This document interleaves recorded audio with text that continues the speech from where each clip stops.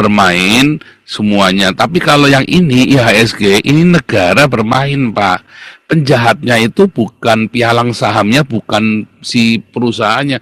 Penjahatnya ini ya Purbaya, Menteri Keuangan penjahatnya.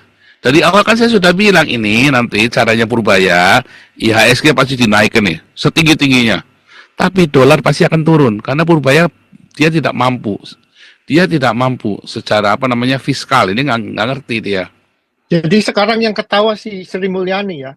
Ya Sri Mulyani 200 triliun dibobolin sama Purbaya, dibagi-bagi ke Himbara, ditipu sama Himbara, dibelikan apa?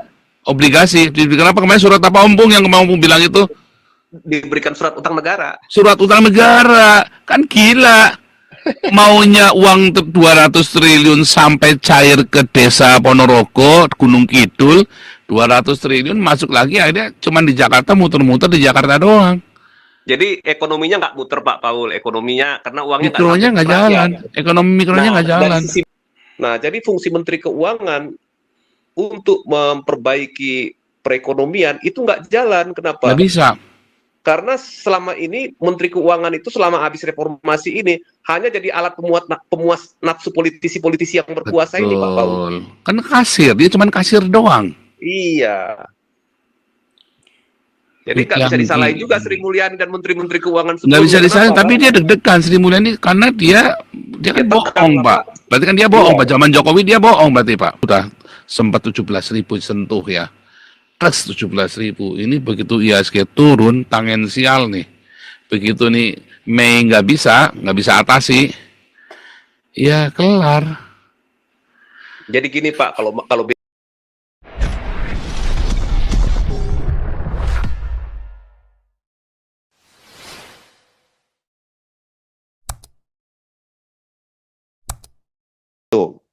jadi ya cukup lama lah kalau pengen benar-benar bereformasi. Itu udah gitu aja Pak Paul, lanjut. Ya, jadi Jaime, sebentar, interupsi sebentar, Jaime. Kalau kita ya di sini ya, contoh soal market di ini ya, di NYSE ya, New York Stock Exchange, itu kan 30 perusahaan besar, itu susah ya untuk di listing. Tapi kalau Nasdaq ini kan fluctual, ini mostly technical company ya. Nah, kalau di sini, kalau itu harga udah turun banyak, itu biasanya dikategorikan sebagai penny stock kan ya. Harganya itu penny. Kalau penny stock dikasih waktu kira-kira 1-2 bulan mereka nggak bounce back, itu baru di listing. Yang you bilang tadi, di listed dari market. Nah, kalau di Indonesia kategorinya di listed itu harus gimana?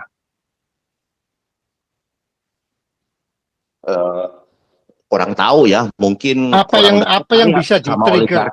Kalau menteri ke delisting itu ya kalau dia melanggar aturan emiten itu, Pak.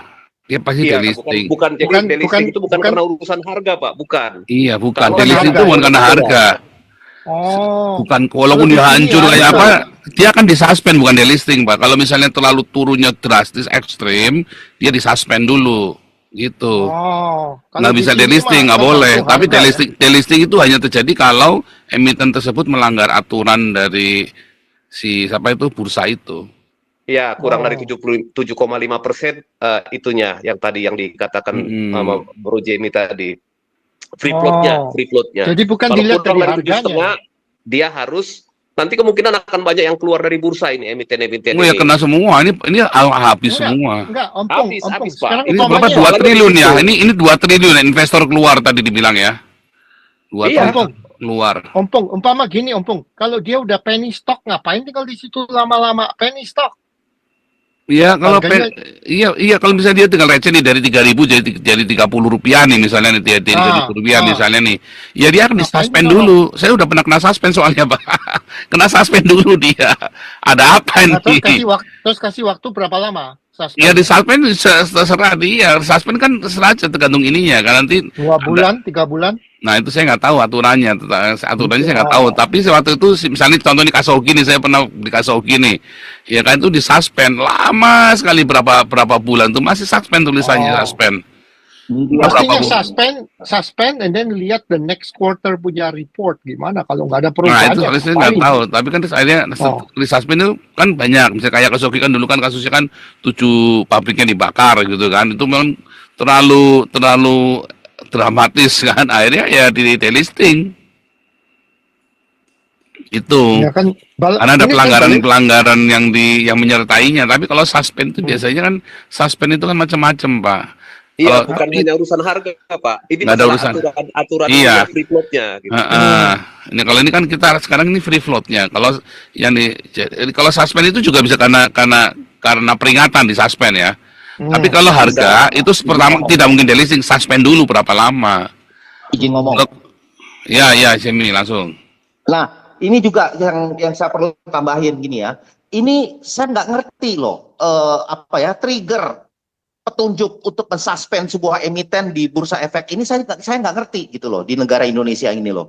Kalau dia lagi arah terus auto reject atas ya, harga naik mentok terus disuspend gitu loh. Suspend. Kan dia Iya, bilang kalau ekstrim, Pak. 2000. Kalau pokoknya sesuatu yang ekstrim naik maupun turun pasti disuspend. Kenapa? Ada Nah, kecurigaan. Tapi Iya saya kan nggak- selalu insider trading selalu ada Indonesia ini kan gila. Tapi saya hampir tidak pernah ketemu saham yang ARB terus turun terus disuspend, saya nggak pernah ketemu. Pernah Kasogi, Pak. Saya pernah kena suspend, Pak. Benar, perbandingannya sedikit sekali. Iya Pak sedih, Paul. iya. Gitu. Iya. Dengan yang naik sahamnya lagi naik. Tapi kan terus turunnya kan disuspend. gini, Pak. Kalau saham naik itu kan seringkali digoreng. Kalau saham turun biasanya korban, Pak. Betul. Masalahnya Iya. begitu. Kalau buat investor dia turun terus ya kita tambah make money kan, kita beli margin. Iya, beli Ya margin. kaya kita. Kaya kita. Tapi kan masalahnya kalau pemilik saham itu kadang-kadang yang curang kan si pemilik perusahaan ini, Pak. Dia mau cari duit, Pak. Betul. Dia naikkan, bos, ternyata kosong, Pak. Nah, itu yang terjadi. Yang si MSCI itu mencurigainya itu. Tapi kalau si MSCI kan mencurigai, ini semua ini kan permainan semua, orang nggak ada nih, fiktif. Tapi kalau saya, ya jangan-jangan, bukan fiktif, tapi jangan-jangan mereka itu insider, mereka main-main sendiri. Tapi kalau saya bilang, ini adalah proyeknya si Purbaya, udah clear banget, ini proyeknya Purbaya bikin gelembung sabun. Kalau MSCI, dia bilangnya ini adalah insider trading, atau apa segala macam, tidak transparan begitu. Tapi balik lagi Pak Pol, kan kalau umpamanya harga anjlok itu perusahaan nggak mungkin bangkrut, soalnya apa? Saham Enggak, yang dia kan jual IPO itu punya publik. bukan total aset. Iya, itu kan harga. Tapi kalau Iya, punya publik. dia harganya juga anjlok, juga tetap perusahaan akan dirugikan, Pak. Betul, tapi kan nggak Investornya sampai bangkrut. Enggak Maksudnya. bangkrut, tapi kan rugi, Pak. Kan- Tetap jadi rugi, Pak. Iya, itu kan bukan total aset yang di saham Iya, itu, Pak nah. market. Jadi Iya, itu. bisa di delisting. Kalau di delisting, maka yang terjadi adalah susunan dari oke, nanti harus rapat umum luar biasa pemegang saham lagi. Kalau sampai delisting. Tapi ada perusahaan yang nakal juga Pak Pol. Dia bilang, wah ini anjlok. Dia tahu dia punya produk itu bagus. Dia buyback, dibeli balik itu outstanding stock, dia beli Nah, balik. itu yang si jadi MS dia balik private yang sekarang lagi. ini MSCI curiga ini semuanya terjadinya kayak gitu semua. Betul, Pak Paul. Jadi, Iya, jadi Gitu. private lagi gitu. betul. Iya, jadi dipertanyakan ini ada apa gitu loh. Ya tadi saya bilang A jual ke B, ternyata A sama dengan B, dan ternyata ownernya C itulah si A si B gitu loh. Ya Ompong, lanjut Ompong. Iya, jadi ya sama kayak Bro Jamie tadi bilang, permainan antara sesama underwriter bisa, permainan antara sesama pemilik modal yang gede-gede bisa, dari emitennya sendiri bisa, dia tarik duit orang dulu, dia isep dulu duit orang, habis itu nanti dia jatuhin semua harga sahamnya. Nah, ini yang sebetulnya permainan ini dari sebelum Purboyo pun sudah ada Pak Paul, cuman sekarang ini memang di masa yang sekarang ini kelihatannya kok ini cepat sekali kita punya IHSG naik, dan kadang-kadang kalau dalam perdebatan misalnya, kalau saya lebih memikirkan tentang fundamental ekonomi makro kita kan, tentang investasi segala macam. Nah, selama ini selalu kita sulit untuk menerima argumen, buktinya bagus kok IHSG naik terus, berarti ekonomi kita makin sejahtera, makin makmur. Sementara kita lihat masyarakat makin miskin, daya beli makin turun. Nah, jadi kalau kita lihat kan defisit kita ini kan ya masih bisa kan defisit selama ini kan yang jadi masalah buat pemerintah defisit current account, neraca perdagangan. Nah, ini dengan larinya investor asing ini nanti akibat masalah di bursa efek ini kita defisit capital account, defisit neraca modal jadi double ini nanti Pak Paul. Betul. Lagi pula Ompong, kita ini nggak ngomong individual investor ya, namanya 5M, 10M. Kita ngomong mungkin billion dollars perusahaan gede. Jadi gini loh Pak Andi, kalau itu tadi yang Pak Andi investor billion dollars itu adalah insider trading. Dan itu dari dulu ada di Amerika pun ada, di Wall Street Ada masih lah. ada. Ya dulu apa Wolf of Wall Street atau itu kan ada filmnya itu kan. Wall Street ya, tahu. Nah, itu kan semua. Nah, cuman ini negara bermain, Pak. Negara bermain untuk pakai istilah ini orang mukanya hancur, lonte mukanya hancur, di make up luar biasa, setebel-tebel dempul ulang dipermak sehingga kelihatan cantik. Itulah yang terjadi dengan Indonesia. Tapi cuma satu ya, Ompong atau Jaime ya, saya nggak ngerti ya. Kenapa tiap kali IPO keluar ini kita orang normal biasa ini nggak bisa beli? Kebanyakan stoknya udah kebeli. Nah ini siapa ini yang bisa beli pertama kali? Ya, aduh, balik dulu contoh waktu Mafia itu juga apa ya? stainless apa namanya? Industri bajanya baja Indonesia apa namanya dulu? Krakatau. Krakatau Steel. Iya, ya, itu kita udah ngantri semua, dosen-dosen bilang nggak mungkin dapet. Nah, waktu itu kan saya masih kuliah masih kuliah manajemen dulu kan, saya masih kuliah di Magister itu kita bahas itu nggak mungkin dapat, ini kita pesen ya sekian ya, nggak mungkin dapat. Nggak bisa, nggak mungkin dapat. Karena itu Ya, sudah di-booking sama pasar orang-orang di premium. dalam. Tapi kalau udah dapat di pasar sekunder. Dapatnya di tapi pasar kalau sekunder, betul. Ya. Tapi kalau udah close to the end of the market, the end of the day, itu masih ada kesempatan. Tapi harganya udah naik gede, udah naik tinggi. Itu Bro. Bangsat juga ya orang-orang. Ya, Indonesia memang begitu. Makanya kali ini kalau itu tadi orang dalam bermain semuanya. Tapi kalau yang ini IHSG, ini negara bermain, Pak. Penjahatnya itu bukan pialang sahamnya, bukan si perusahaannya. Penjahatnya ini ya Purbaya. Menteri Keuangan penjahatnya. Dari awal kan saya sudah bilang ini nanti caranya Purbaya, IHSG pasti dinaikkan nih, setinggi-tingginya. Tapi dolar pasti akan turun karena Purbaya dia tidak mampu. Dia tidak mampu secara fiskal. Ini nggak ngerti dia. Jadi sekarang yang ketawa si Sri Mulyani ya. Ya Sri Mulyani 200 triliun dibobolin sama Purbaya, dibagi-bagi ke Himbara, ditipu sama Himbara, dibelikan obligasi, dibelikan kemarin surat apa Ompong yang Ompong bilang itu? Diberikan surat utang negara. Surat utang negara, kan gila. Maunya uang 200 triliun sampai cair ke desa Ponorogo, Gunung Kidul, 200 triliun masuk lagi akhirnya cuma di Jakarta, muter-muter di Jakarta doang. Jadi ekonominya nggak muter Pak Paul, ekonominya karena uangnya mikronya nggak jalan, ekonomi mikronya nggak jalan. Dari sisi bank juga dia nggak mau capek bank himbaranya, daripada gue capek-capek. Resiko Pak. Resiko juga ada kalau dia mengedarkan dalam bentuk kredit ke ini sektor real gitu. Makanya dia lebih bagus investasi di surat berharga pemerintah lagi atau di surat utang negara gitu atau di obligasi pemerintah. Sri Mulyani nggak bisa ketawa, Ompong ya. Nggak bisa ketawa karena dia deg-degan, karena dia Sri Mulyani dari zamannya SBY sampai dengan hari ini dia itu tidak memanage pertumbuhan ekonomi loh. Dia itu menjadi kasir untuk memperbaiki wajah pembukuan, outputnya pembukuan supaya kelihatan bagus. Dia tidak memperbaiki ekonomi, tidak ada yang berhasil. Tidak ada satupun menteri ekonomi yang berhasil memperbaiki perekonomian Indonesia. Yang ada adalah menciptakan pembukuan yang bagus. Kecuali menteri ekonomi zaman Orde Baru pertama kali pasca Soekarno, itu baru bagus. Iya, karena begini Pak Paul. Sesudah Orde Reformasi ini kan kita multi partai, banyak partai-partai. Nah, setiap partai pemenang pemilu dia mau citranya bagus gitu ya, dia mau programnya semua jalan. Nah, jadi fungsi Menteri Keuangan untuk memperbaiki perekonomian itu nggak jalan. Nggak Kenapa? bisa. Karena selama ini Menteri Keuangan itu selama habis reformasi ini hanya jadi alat pemuas nafsu politisi-politisi yang berkuasa ini, Pak Paul. Betul. Kan kasir, dia cuma kasir doang. Iya. Jadi Itu nggak bisa yang disalahin juga Sri Mulyani dan Menteri-Menteri Keuangan nggak sebelumnya. bisa disalahin, Kenapa? tapi dia deg-degan Sri Mulyani karena dia kan Dia bohong, tekan, Pak. Pak. Berarti kan dia bohong, Iya. Pak. Zaman Jokowi dia bohong berarti, Pak. Ya bisa jadi Pak Paul kalau melihat situasi yang ada gitu. Karena apa yang terjadi hari ini nih karena 5 tahun Jokowi terakhir itu lebih parah daripada 10 tahun SBY loh, Pak. Tapi kalau kita lihat dari foreign investment ya, foreign investment itu mereka yang paling penting buat mereka itu security, Pak Po.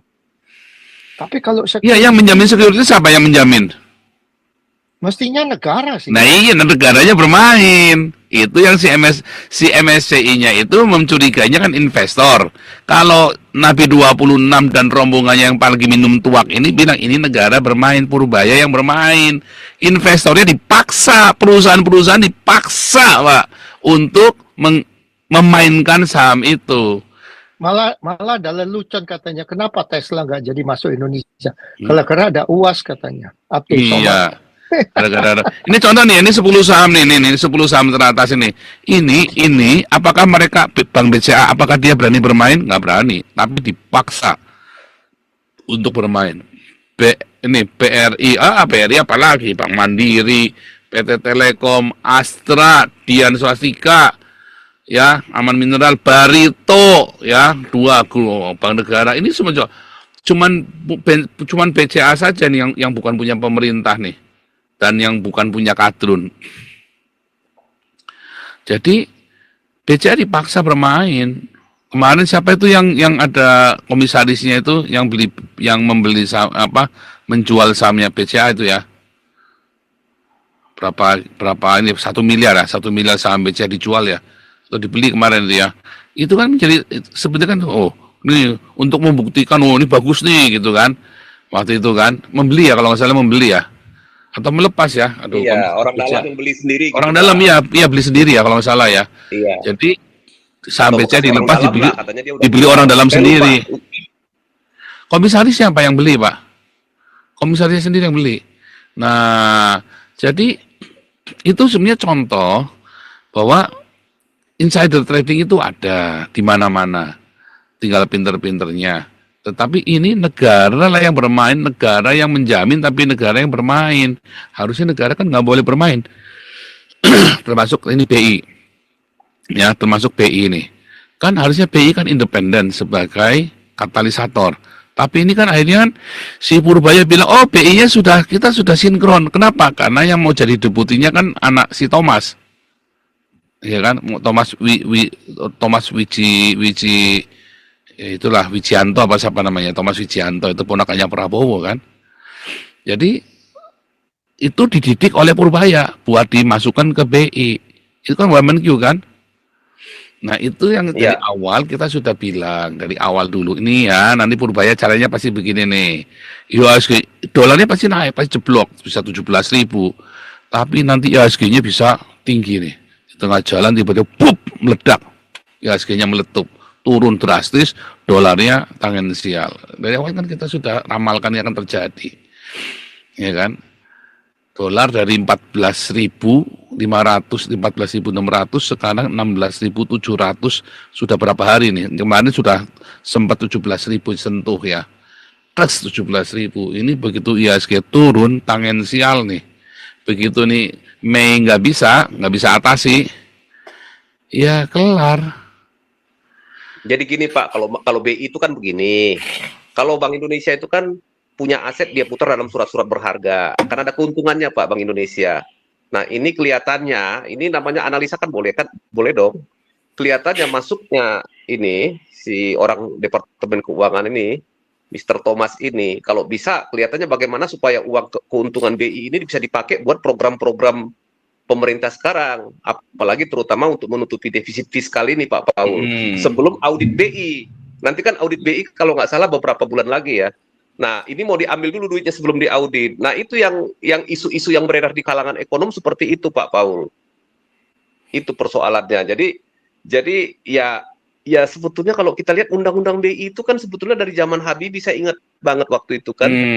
BI itu harus independen gitu, nggak boleh, pemerintah sendiri pun nggak boleh masuk ke wilayah itu gitu. Tapi ya memang dia ya mensukseskan program pemerintah, tapi bukan berarti pemerintah bisa masuk cawe-cawe ke dalam seperti ya itulah bahayanya zaman reformasi ini Pak Paul. Karena negara ini ya dikuasai para partai politik ini, apalagi yang jadi deputinya ini masih orang partai Pak Paul. Nah, itu persoalannya gitu. Silakan Pak. Ya, Jemi, silakan Jemi. Si Pak Teddy kemana ya Pak Teddy ya? Tapi Ya, kalau lanjut dulu, insider, Jemi. Lanjut kalau dulu. insider, Ini saya kasih ya. Pak Teddy sebenarnya nih saya kasih nih, saya kasih zamannya Soekarno nih ya. Yang internet ini. Kayak dejavu ya. Bener nggak? Dejavu ini kan? Kita bikin mega project gede-gedean, Jokowi kan? Ya kan? Jokowi bikin mega project gila-gilaan. Ya tol tol Nusantara dari Aceh sampai ke Papua. Lalu sekarang Menteri Ekonominya BI-nya diintervensi sama Menteri Keuangan kan, diintervensi, mau diacak-acak tadi dia bilang tadi kan, kasih waktu sampai bulan Maret ya, mau diacak-acak tuh. Terus tiba-tiba mata uangnya mau diredenominasi ya. Kalau 20 tahun yang lalu, zaman saya kuliah, zaman 10 tahun yang lalu ya, 15 tahun yang lalu saya kuliah di Satya Wacana, saya ngambil Magister Manajemen ya, saya kuliah di sana, terus kita bilang, kita diskusinya redenominasi, papernya kita semua redenominasi tuh bikinnya tuh semua, memberikan opini masing-masing, itu dalam kondisi masih relatif stabil, walaupun sudah tidak karu-karuan. Tapi kalau sekarang bikin terjadi redenominasi, sebenarnya sama dengan centering ini tadi, hampir sama, ya kan? Dejavu ya. Kacau ini. Jadi gini Pak Paul, jadi dulu itu zaman Orde Lama itu kan kita tahu konsep ekonominya Soekarno kan, dia kan berdiri di atas kaki sendiri gitu ya. Terus kemudian karena isu Ganyang Malaysia, pihak internasional dan PBB tidak memihak kepada Indonesia, dia katakan Amerika akan kita setrika, Inggris akan kita linggis, katanya gitu kan. Amerika, go to hell with your aid. Nah, mulailah krisis ekonomi di situ Pak, krisis beras. Tapi sebetulnya ya kita kan bentuk negara kesatuan dari sejak tahun 1950. Tetapi sebetulnya kalau menjadi negara kesatuan, ya beban ekonominya juga pasti akan besar. Di awal-awal kemerdekaan, seperti yang pernah kita bahas, kita itu nggak punya uang juga, Pak. Sampai pemerintah masih jual candu, Pak. Itu kalau di Jakarta, itu ada kampus UI, itu bekas pabrik candu, Pak. Jadi dijual candu ini, masuk ke negara sebagai modal untuk pembangunan. Itulah awal-awal Indonesia merdeka, gitu ya. Nah, kemudian nasionalisasi, ya sama dengan yang dilakukan oleh Venezuela. Nasionalisasi perusahaan-perusahaan Belanda, ya. Dinasionalisasi, diambil alih semuanya. Ya dari situ. Tapi kan nggak bisa kita main cara ngambil terus-terusan begitu, Pak. Dengan cara yang seperti itu. Mulailah harus sebenarnya membangun perekonomian. Tetapi dari kabinet ke kabinet, di masa demokrasi terpimpin, di masa demokrasi liberal sampai demokrasi terpimpin, konsep pembangunan ekonominya nggak ada yang jalan gitu. Dulu ada sistem Alibaba katanya kan, Ali itu pengusaha dalam negeri, Alibaba itu orang Tionghoa. Pokoknya ambil alih supaya bisnis di tangan orang pribumi semua, orang Tionghoanya di ini. Tapi nggak bisa, ya naturnya orang Tionghoa berbisnis gitu kan. Nggak bisa juga, masuklah ke zaman demokrasi terpimpin. Ya itu yang dibilang tadi itu. Karena ya Soekarno juga nggak tahu lagi mengelola perekonomian seperti apa, ya akhirnya dia pakai dengan konsep berdiri di atas kaki sendiri. Nah, itulah orang antri beras, antri minyak goreng, antri semuanya lah bahan-bahan kebutuhan pokok sampai terjadi peristiwa 65. Nah, kemudian di masa Orde Baru ini pelan-pelan ya Indonesia bisa maju, mulai membangun, mulai dengan konsep ekonomi yang benar. Karena apa? Ya karena dukungan Amerika, dan termasuk juga ya orang-orangnya Amerika ya memang ikut bergerak untuk membangun, ya itulah yang namanya kelompok Barclay itu kan, yang awal-awal mendirikan pondasi perekonomian itu di zaman Orde Baru, Profesor Nijaya Pitisastro itu kan. Nah jadi kalau kita lihat ya sekarang ini sepertinya kok dejavu ya. Di satu sisi dulu kita juga kekurangan uang di zaman Soekarno dan pemerintahnya lupa daratan, bangun proyek-proyek mercusuar. Harusnya dalam kondisi demikian pemerintah itu harus mengencangkan ikat pinggang, berhemat mana yang perlu gitu ya.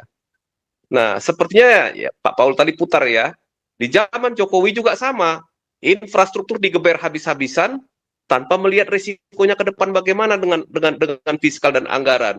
Masuk lagi yang sekarang ini MBG-nya yang digeber habis-habisan. Harusnya dalam kondisi begini pemerintah itu harus bangun gitu. Ingatlah, pengeluaran fiskal itu mana yang paling prioritas dulu.